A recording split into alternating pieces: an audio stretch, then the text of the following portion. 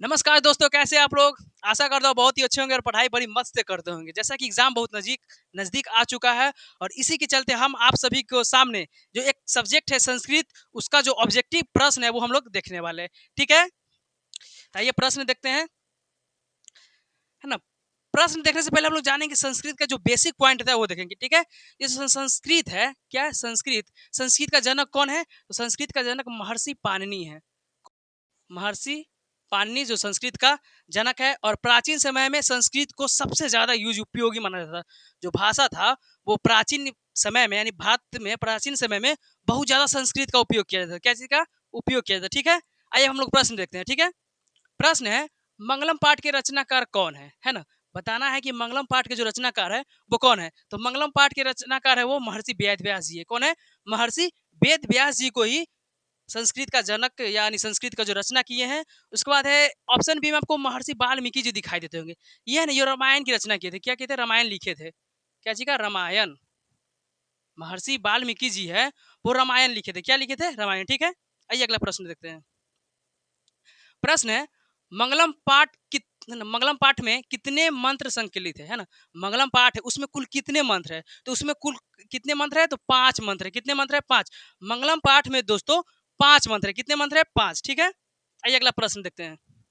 अगला प्रश्न है किस उपनिषद में परमात्मा का प्रकाश स्वरूप बताया गया है ना? किस कौन सा उपनिषद है जिसमें परमात्मा का प्रकाश स्वरूप बताया गया है? तो वो हो जाएगा आपका मुंडक उपनिषद में, है ना? मुंडक उपनिषद में परमात्मा का प्रकाश स्वरूप बताया गया। ठीक है,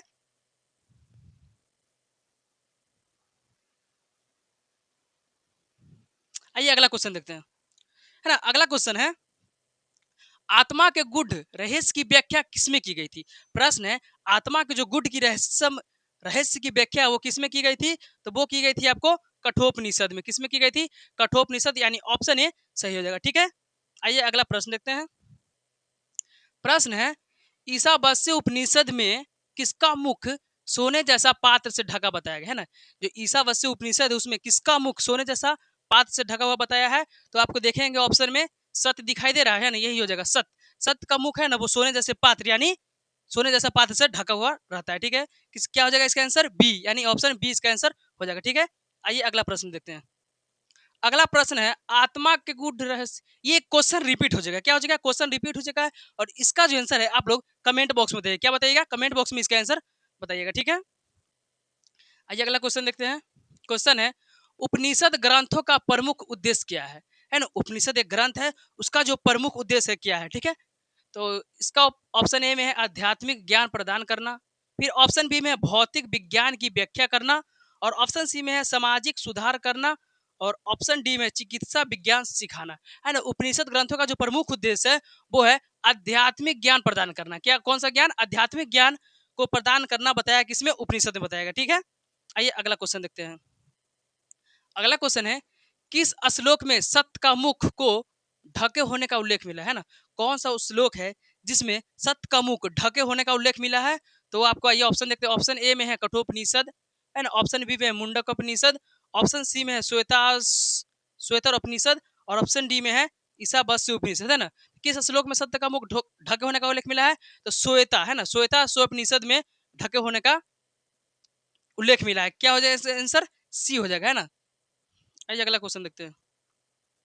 अगला क्वेश्चन है सत्यमेव जयते परम निधानम, यह मंत्र किस उपनिषद से लिया गया है? सत्यमेव जयते परम परम निधानम का मतलब है कि सत्य की ही जो जीत होती है और सत्य ही परम ज्ञानी है। इसका आंसर क्या हो जाएगा? सत्यमेव जयते परम निधानम, यह मंत्र किस उपनिषद से लिया गया है? तो मुंडक उपनिषद, यानी ऑप्शन बी इसका आंसर हो जाएगा। क्या हो जाएगा इसका आंसर? बी, मुंडक उपनिषद में सत्यमेव जयते परम निधानम का जो चर्चा है वो किया गया है। ठीक है, क्या हो जाएगा इसका आंसर? मुंडक उपनिषद। ठीक है, आइए अगला प्रश्न देखते हैं। अगला प्रश्न है मुंडक उपनिषद में नदियों की तुलना किससे की गई है ना? मुंडक उपनिषद में जो नदियां की तुलना है वो किससे की गई थी? तो वो विद्वान से किया गया था। किससे किया गया था? विद्वान से मुंडक उपनिषद में नदियां की तुलना किया गया था, यानी ऑप्शन इसका बी इसका सही आंसर हो जाएगा। ठीक है, अगला क्वेश्चन है यथा नद दिव्य में यह मंत्र किस उपनिषद से संकलित है? पहले हम लोग जानेंगे कि यथा नद दिव्यम का मतलब क्या होता है ना? यथा नद मतलब कि नदियां अपने नाम और रूप को छोड़कर कहाँ पे मिल जाती है, यह मंत्र किस उपनिषद में बताया गया है ना। नदियां है वो अपना नाम और रूप को छोड़कर समुद्र में मिल जाती है, यह किस उपनिषद में कहा गया है, तो यह हो जाएगा आपका मुंडक उपनिषद, यानी ऑप्शन नंबर ए सही हो जाएगा। कौन सा उपनिषद हो जाएगा, ए यानी मुंडको उपनिषद में कहा गया है। ठीक है, देखते हैं अगला क्वेश्चन है, अनोरनियान महतो महिमान मात्मन, यह मंत्र किस उपनिषद से लिया गया। यह अनोरनियान महतो महियान मतलब क्या हो जाएगा, अनु से भी छोटा और महान से भी महान, जो यह मंत्र है वो किस उपनिषद से लिया गया है, तो यह जो लिया गया है वो हो जाएगा आपका कठोपनिषद। कौन सा हो जाएगा, कठोपनिषद। ठीक है, आइए अगला क्वेश्चन देखते, अगला क्वेश्चन हो जाएगा, अगला क्वेश्चन है, सत्य का खजाना कहाँ है ना, सत्य का खजाना कहाँ है, तो आइए ऑप्शन देखते हैं, ए में पृथ्वी लोक, बी में है नरक लोक, और डी सी में है देवलोक, और ऑप्शन डी में इनमें से कोई नहीं, तो जो सत्य का खजाना है वो देवलोक में हो जाएगा। क्या इसका आंसर हो जाएगा, ऑप्शन सी इसका आंसर हो जाएगा। ठीक है, आइए अगला क्वेश्चन देखते हैं, अगला क्वेश्चन है, मृत्यु को बस में कौन कर लेते हैं, है ना, जो मृत्यु को बस में कौन कर लेते हैं, तो विद्वान लोग होते हैं ना वो मृत्यु के अपने बस में कर लेते हैं। कौन लोग, विद्वान लोग मृत्यु को अपने बस में कर लेते हैं। ठीक है, आइए अगला क्वेश्चन देखते हैं, अगला क्वेश्चन है, किसकी जय नहीं होती है ना, क्वेश्चन है किसकी जय नहीं होती है, तो यानी असत्य की है ना, असत्य की जीत कभी नहीं होगी, है ना, असत्य लोग जो भी है उनका जीत कभी भी नहीं होगा, यानी इसका आंसर क्या हो जाएगा, बी हो जाएगा। ठीक है, आइए अगला क्वेश्चन देखते हैं, अगला क्वेश्चन है, जंतु के हृदय रूपी गुफा में क्या स्थित है ना, जंतु के हृदय रूपी गुफा में क्या स्थित है, तो ऑप्शन ए में है तत्व, ऑप्शन बी में है शरीर, ऑप्शन सी में है देवता, और ऑप्शन डी में है राक्षस, है ना, जो जंतु के हृदय रूपी गुफा में तत्व स्थित है, तत्व यानी आत्मा, तत्व को ही हम लोग आत्मा कहते हैं, क्या कहते हैं, आत्मा, है ना, तत्व को ही आत्मा, यानी ऑप्शन इसका ए सही हो जाएगा। ठीक है, या तो तत्व रहेगा तो तत्व मार दीजिएगा, नहीं तो इसके जगह तत्व जगह अगर आत्मा रहेगा तो आप लोग आत्मा आंसर मार दीजिएगा। ठीक है, आइए अगला क्वेश्चन देखते हैं, अगला क्वेश्चन है, सत्य का मुख किससे ढका हुआ है ना, सत्य का जो मुख है वो किससे ढका हुआ है, ऑप्शन देखिए, तांबा से, बिल्कुल नहीं, ऑप्शन बी में चांदी से, नहीं ये भी नहीं होगा, ऑप्शन सी में लोहा से, ये भी नहीं होगा, ऑप्शन डी है हिरणमैन पात्रेन, हिरणमैन पात्रेन, हिरणमैन पात्रेन से सत्य का मुख ढका हुआ था। क्या चीज, सत्य का मुख, है ना, हिरणमैन पात्रेन का कहने का मतलब सोने जैसे पात्र, क्या हो जाएगा, सोने जैसे पात्र, या तो हिरणमैन या सोने जैसे पात्र हो जाएगा। ठीक है, सोने जैसे पात्र से सत्य का मुख ढका होता है। ठीक है, ऑप्शन डी इसका आंसर हो जाएगा। ठीक है, आइए अगला क्वेश्चन देखते हैं, अगला क्वेश्चन है, किम जयम नौ प्राप्ति, है ना, किम जयम नौ प्राप्ति यानी किसकी जय नहीं होती है ना, किम जयम नौ प्राप्ति किसकी जय नहीं होती है, तो असत्य की जीत नहीं होती है ना, सत्य की जीत, जय कहने का मतलब जीत, है ना, जो असत्य की है वो कभी भी जीत नहीं होती, हमेशा सत्य की जीत होती है। ठीक है, आइए अगला क्वेश्चन देखते हैं, अगला क्वेश्चन है, नदियां नाम और रूप को छोड़कर किसमें मिल जाती है ना, नदियां है वो नाम और रूप को छोड़कर किसमें मिल जाती है, तो ऑप्शन समुद्र, यानी इसका आंसर ए हो जाएगा, है ना, समुद्र में नदियां है वो अपने नाम और रूप को छोड़कर समुद्र में मिल जाती है। ठीक है, आइए अगला क्वेश्चन देखते हैं, अगला क्वेश्चन है, महान से भी महान क्या है ना, महान से भी महान क्या है, तो महान से भी महान आत्मा है, क्या है, महान से भी महान आत्मा है। ठीक है, आइए अगला क्वेश्चन देखते हैं,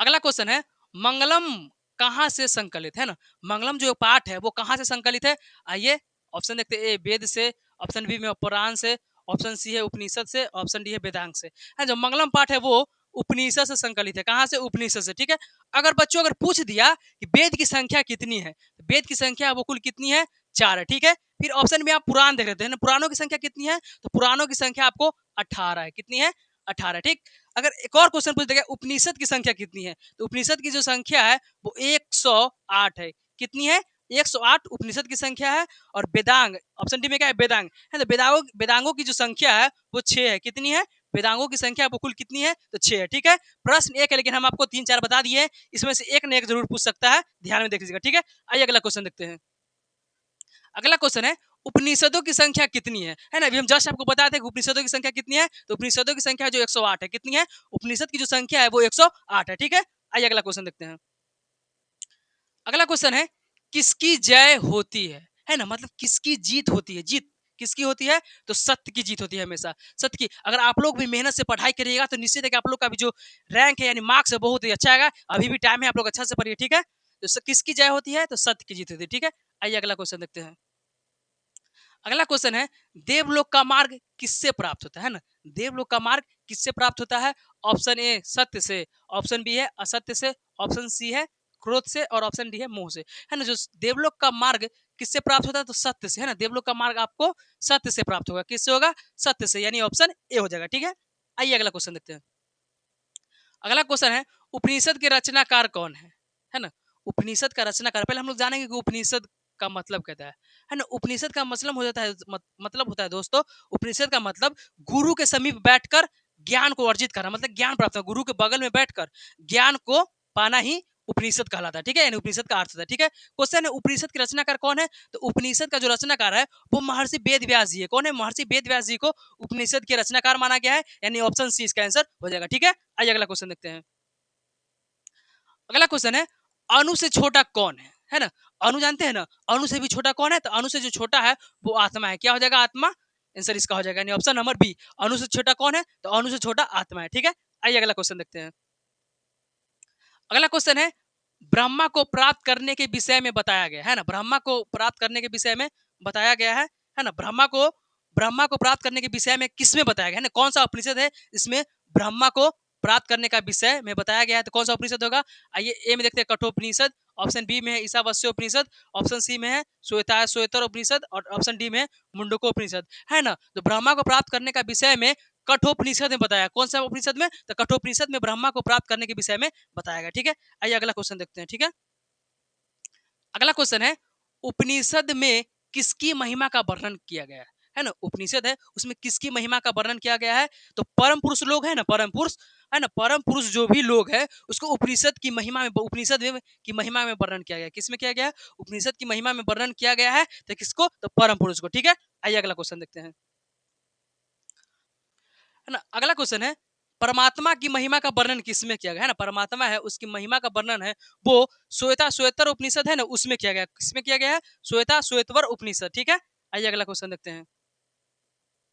अगला क्वेश्चन है सत्य से क्या प्राप्त होता है ना। सत्य है वो सत्य से क्या प्राप्त होता है। तो सत्य से हमेशा देवलोक प्राप्त होते हैं। क्या होते हैं? देवलोक सत्य से प्राप्त होते हैं। ठीक है, आइए अगला क्वेश्चन देखते हैं। है ना, तो अगला क्वेश्चन है हिरणमयन पात्रेन दृष्टा, यह मंत्र किस उपनिषद से लिया गया है ना। हिरणमयन पात्रेन दृष्टा, यह जो मंत्र है वो किस उपनिषद से लिया गया है। यह जो मंत्र है वो ईशावास्य उपनिषद से लिया गया। ईशावास्य उपनिषद से लिया गया। ठीक है, आइए अगला क्वेश्चन देखते हैं।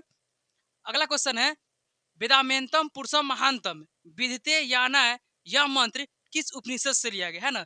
वेदामेंतम पुरुषम महानतम विदिते याना मतलब कि मैं उस महान पुरुष यानी परमात्मा को जानता हूँ जो सूर्य के समान तेजस्वी और अंधकार में परे है। यह मंत्र किस उपनिषद से लिया गया है? यह जो मंत्र है श्वेतरोपनिषद से लिया गया। कौन सा उपनिषद? श्वेतरोपनिषद से लिया जाता है। अगला क्वेश्चन देखते हैं। अगला क्वेश्चन है, अगला क्वेश्चन समाप्त हो गया ना, इसी के साथ क्वेश्चन समाप्त हो गया है। और आपको अगर वीडियो अच्छा लगा है तो वीडियो को लाइक सब्सक्राइब कीजिए। मिलते हैं अगले वीडियो में। जय हिंद।